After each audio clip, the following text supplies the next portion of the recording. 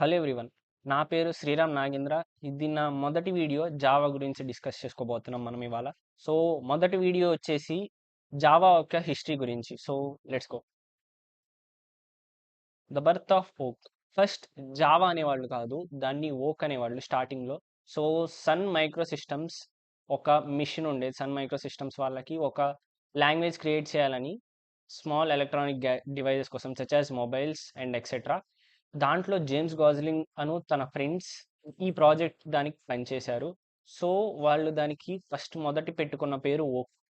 ఓక్ అని ఎందుకు అంటే వాళ్ళ ఆఫీస్ బయటుండే చెట్టు ఓక్ అనమాట. సో, అందుకని ఓక్ అని పెట్టుకున్నారు. So, and the next part is తను కనుక్కున్న తర్వాత అది బాగా ఫేమస్ అయింది. Such as world wide web, internet అప్పుడే డెవలప్ అవ్వబోతుంది. సో, ఈ యో ఓక్ యొక్క ఉపయోగాలు చాలా ఉంటాయి అని తను భావించి సో, దాని పేరు జావాగా మార్చాడు. జావాకి పెద్ద ఇన్‌స్పిరేషన్ ఏం లేదు. లైక్ తను ఒక ఒక తను ఒక కాఫీ తాగుతున్నప్పుడు తనకి ఆ పేరనేది తట్టింది. So, and that's it. And the applications of Java are write once run anywhere.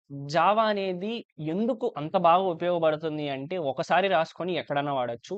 And applets like web pages చెప్పా కదా! వెబ్ పేజెస్ కోసం వాడతారని. So, enterprise Java beans and mobile revolution like వీటిట్లోనే కాదు అండ్ ఇతర అవసరాల్లో గూడా జావా అనేది చాలా ఎక్కువ వాడతారు. సో, జావా అనేది ఆహ్, చాలా important at the past, present and the ఫ్యూచర్‌లో.